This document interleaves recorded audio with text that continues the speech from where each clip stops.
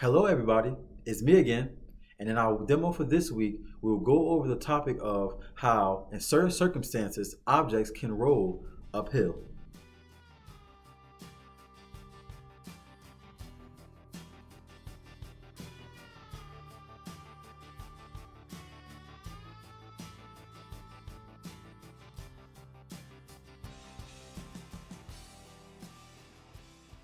Now we know from personal experience that objects tend to move towards the surface of the earth.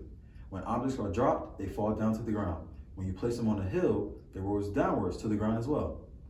Now, with that being said, what do you think will happen if I take the spindle and I place it on the incline here?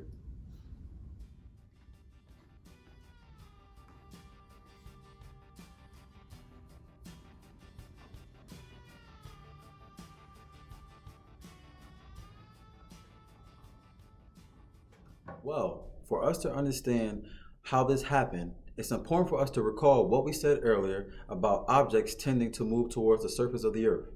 Now, referring back to our demo, we see how the rails of our incline are spread out in a way so that when we place the spindle upon the rails, the center of mass of that spindle is able to get closer and closer to the surface of the earth in conjunction with moving up along the incline.